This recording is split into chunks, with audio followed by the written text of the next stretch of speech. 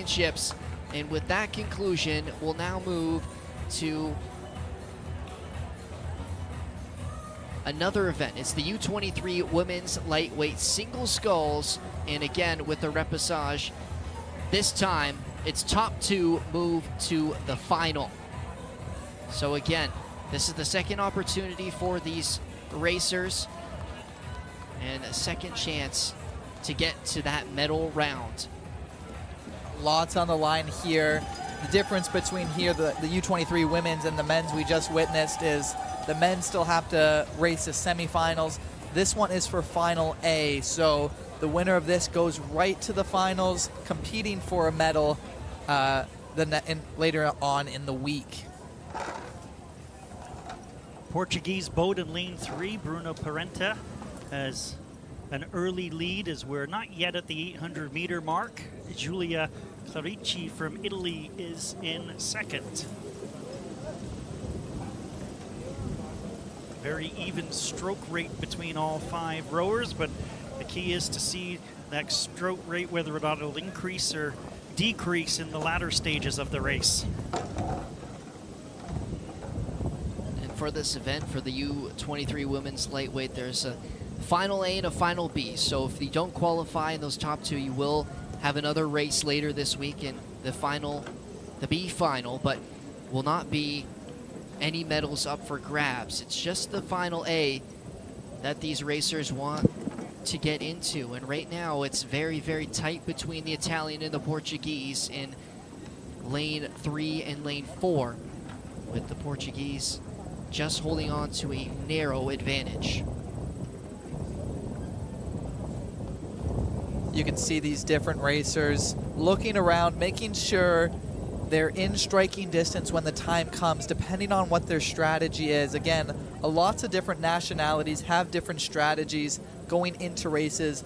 A lot of countries are known for their sprints at the end, so you always have to make sure you keep an eye on your opponent, make sure they're not catching up on you unexpectedly so you can't match their pace.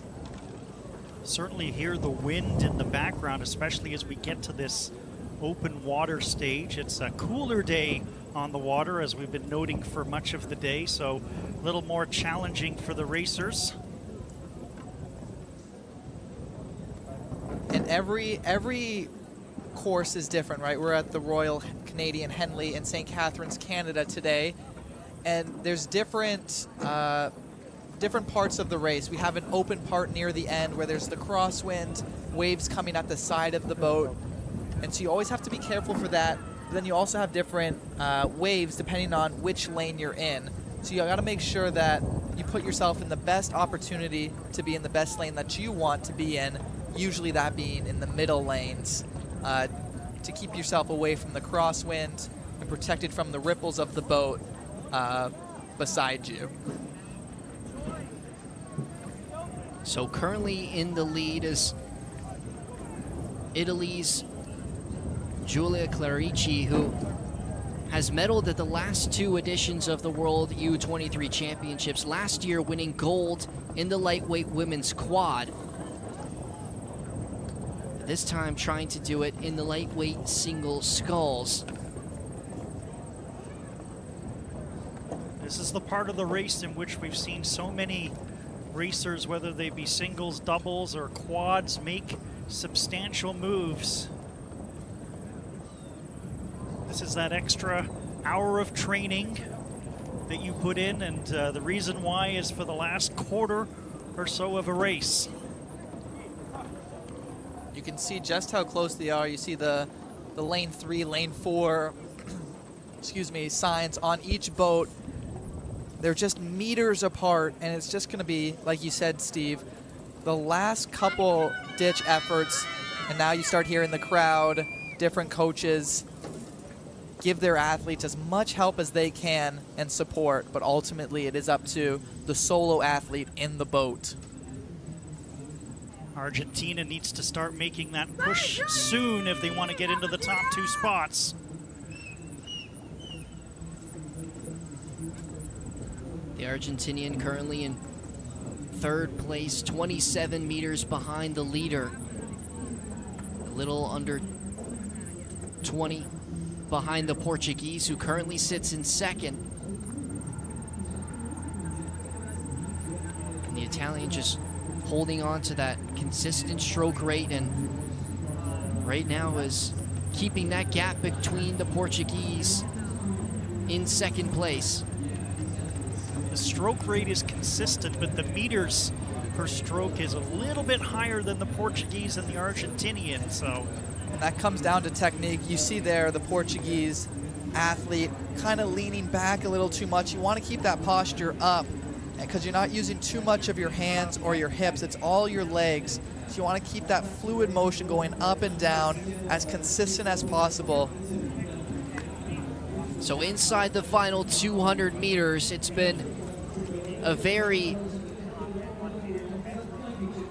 close but enough gap for the Italian in first place, about 10 meters between her and the Portuguese, and it stayed that way for the majority of this final 500 meters. Argentinian Clara Galfrey just couldn't make that final push, it appears, unless something drastically changes in the last 100 or so meters.